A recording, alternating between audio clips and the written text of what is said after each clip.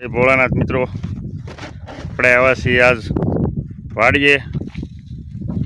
તારીખ છે 17 ને નાના નાના પાળા બાંધવા છે, તો ખાતરનો ડોઝ કરવી છે ત્યાર. જો ખાતરનો ડોઝ થાય છે ત્યાર.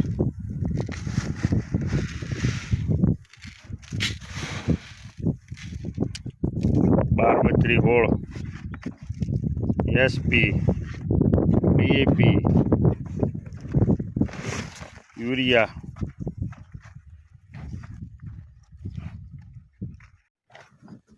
જો આ છે 12-32 હોળ એનપીકે, આ છે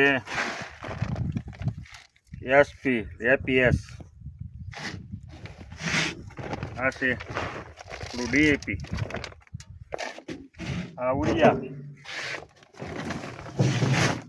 આ બધાનો મિક્સ કરી અને આગળ આપણે નાખતા રહીએ છીએ. અને પછી નાની નાની પાળીઓ કરી નાખવી ને એટલે અત્યારે હમણાં કામ મરચીનું પતી જાય, કારણ કે હવે મરચીને આવવા માંડ્યો છે હાલ, અને હવે એને વિકાસની જરૂર પડશે. એટલે એને મેન તત્વો છે ને એ આપણે આપી દઈએ અત્યારે, એટલે હમણાં એ પછી તત્વોની કાંઈ જરૂર ન પડે. પછી આપણે આગળ જતા જે માઇક્રોન્યુટ્રન આપવાના હોય કે એ બધા ડીપની અંદર આપી દેવાના. આ મેન તત્વો આપણે મતલબમાં પાયા તરીકે જે આપી એ ઝાઝા મેન પોટાશ છે, એમોનિયમ છે, સલ્ફર છે, એ બધું ફોસ્ફરસ છે. એ મેન વસ્તુ અત્યારે આપણે પાયામાં આપી દઈએ. પછી પાળી બંધાઈ જાય પછી કાંઈ એમાં આપણે વાવતા નથી, નકર એમાં પાળા નાખીને પછી પાળાની અંદર વાવવું પડે. તો આપણે એવું કાંઈ કરવું ન પડે. એટલે અત્યારે આશી પાળી નાખવી છે ને તો અંજાઈ જાય એને 2 વાર. એટલે આપણે હવે જુઓ અહીંયા નાખવાનું શરૂ કરવું છે.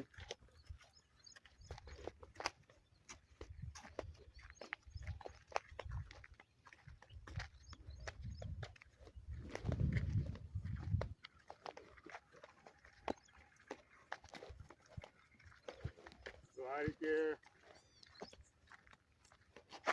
પોલની પડખે આપણે જે ડીપની લાઈન હોય ને એ બાજુ તો પાઇપ હોય ને એ બાજુ નાખવું, એટલે જેથી કરીને આપણે ચાલુ કરવી એટલે એનું કામ કરી દઈએ ચાલુ.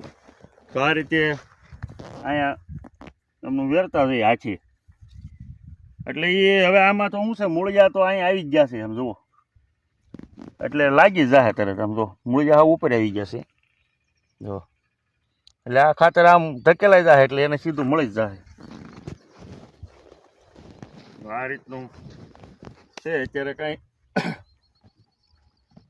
રોગ નથી. અને અત્યારે એટેક તો થ્રીપનો હતો. આપણે રાઉન્ડ હળવો મારી દીધો છે, એટલે હમણાં હાલ છે. પણ હમણાં ગરમીનું પ્રમાણ વધતું જાય છે એટલે થ્રીપ તો આવશે જ. અને અત્યારે જે દવા ઓછી છાંટતા હોય ને એને થ્રીપ આવી જ ગઈ છે. એટલે આને ટાઈમ ટુ ટાઈમ તમે 8-10 દિવસના ગાળે જે છાંટતા હોય એ રાઉન્ડ લઈ જ લેવાનો. કારણ કે એક ફેરો આ બગડે ને પછી તમારે ડબલ ખર્ચો થાય એને હરખી કરવામાં. એટલે પહેલેથી જ કાંઈ નહીં તો હળવા રાઉન્ડ ઇથ્યોન સાયપર છે, એટલે એ ફોસ્માઇટ છાંટો તોય હાલે. સીની છાંટે એની હારે એકાદી ઈલની દવા નાખી દો, એટલે એ અત્યારે કંટ્રોલ બધું થઈ જાય. પછી એક ફેરું ગેપ પડી ગયો વચ્ચે અને બગડી ગઈ પછી એને સુધરતા 10-15 દિવસ 20 દિવસ એવો ટાઈમ લાગે. અને પછી રાઉન્ડે તમારે ડબલ કરવા પડે. ઓલું અત્યારે તમે થેરિકલ દવા છાંટો કે 10 દિવસે છાંટતા હોય એટલે 10 દિવસે પછી છાંટી જ દેવાની, એટલે તમારે આગળ જતાં આવું રિઝલ્ટ રહે એમને. ઓલું અમુક ખેડૂ અઠવાડિયા છાંટતા હોય, હલકી દવા છાંટતા હોય એ 5 જમણે છાંટતા હોય, ભારે છાંટતા હોય 10 દિવસે છાંટતા હોય. એટલે આમ નક્કી જ રાખવાનું કે આપણે ટાઈમ થઈ ગયો છે એટલે છાંટી દેવાની, રોગ હોય કે ન હોય. અને આમાં રોગ ન હોય ને એવું બને જ નહીં, રોગ આવી જ જાય મરચીમાં તો. એટલે આપણે ખાતર નાખીને હવે આગળ ચાલુ કરવું છે, પાળી નાખવાનું. જો ખાતર નાખે છે આ રીતે.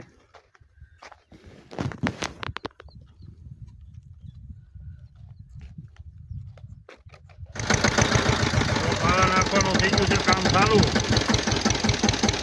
આ રીતે પાળા નાખી દેવાના. પેલા પટ્ટો ફોળો રાખવાનો છે.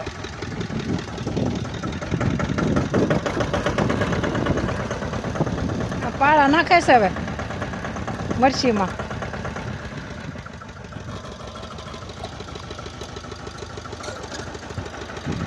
આ પટ્ટો અત્યારે છે ને ત્યારે ફોળો રાખવાનો છે. પછી બીજી ફેરું નાખવીને એટલે કમ્પ્લીટ ભેગો કરી દેવાનો છે. એટલે એક ફેરું ફળ ઉગશે પછી બીજી ફેરું આપણે પાળા નાખી દેવું. પછી બીજી ફેરું નાખ્યું એટલે અણી કાયદેસર અણીવાળા થઈ જાય. અત્યારે એક ઓળું રાખ્યું છે. પછી આ પાળો છે ને એટલે આવી જાય. આ રીતે પાળા નાખવાના છે એટલે બે ફેરું ફળ નીકળી જાય. હાલો આપણે નાખીએ પાળા. વાદળા નીકળ્યા છે બહુ સારા.